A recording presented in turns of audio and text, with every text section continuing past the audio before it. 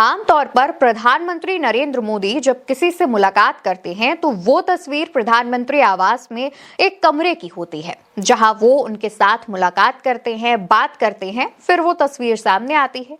लेकिन आपने देखा कि उत्तर प्रदेश के मुख्यमंत्री योगी आदित्यनाथ जब प्रधानमंत्री से मिले तो ये तस्वीर गार्डन से आई थी। धूप हल्की गुनगुनी थी। उत्तर प्रदेश के मुख्यमंत्री योगी आदित्यनाथ के हाथों में एक फाइल थी तो प्रधानमंत्री के सामने एक टैबलेट रखा हुआ था। इस तस्वीर को देखकर दिख रहा था और समझ आ रहा था कि प्रधानमंत्री और मुख्यमंत्री के बीच कोई जरूरी मंथन चल रहा है। लोग बताते हैं कि मुलाकात तकरीबन 1 घंटे से भी ज्यादा वक्त तक चली।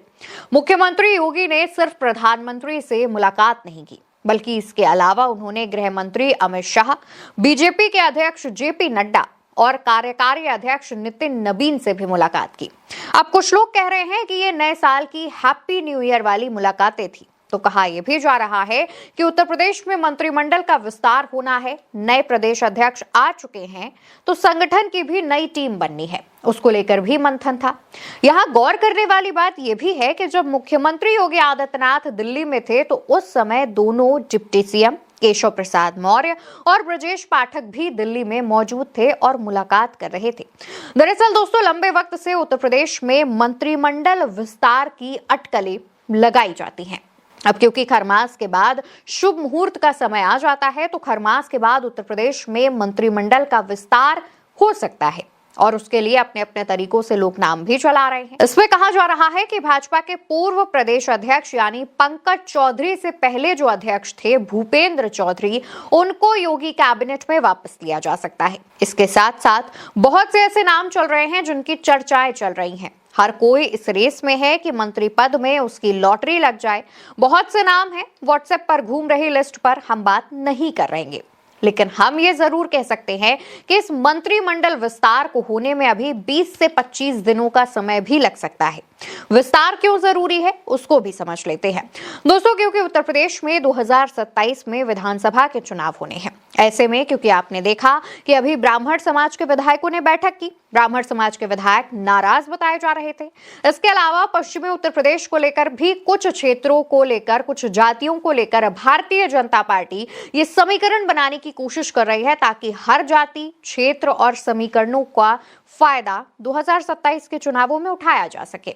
इसलिए इस मंत्रिमंडल विस्तार को जरूरी बताया जा रहा है। अब अगर और नाम की बात करें तो एक नाम असीम अरुण का भी चल रहा है। बीजेपी जानती है कि अखिलेश यादव के पीडीए कार्ड की काट के लिए दलित नेताओं की जिम्मेदारियों को बढ़ाना बेहद जरूरी है। चर्चाएं तो यहां तक हैं कि यूपी में अब 3 डिप्टी सीएम हो सकते हैं, लेकिन चर्चाओं का क्या है, वो बिना हाथ बिना पांव के चलती रहती हैं। अब उत्तर प्रदेश में मंत्रिमंडल विस्तार होगा तो किसकी लॉटरी लगेगी, किसकी लॉटरी नहीं लगेगी, ये वक्त बताएगा। लोग यहां तक कह रहे हैं कि योगी आदित्यनाथ का इस तरह से दिल्ली जाना और शीर्ष नेताओं से मुलाकात करना उत्तर प्रदेश में किसी बड़े परिवर्तन की, किसी बड़े बदलाव की भी आहट है। दोस्तों, आप जानते हैं कि 2026 का साल उत्तर प्रदेश में चुनावी तैयारी का साल है, बड़े परिवर्तनों का साल है।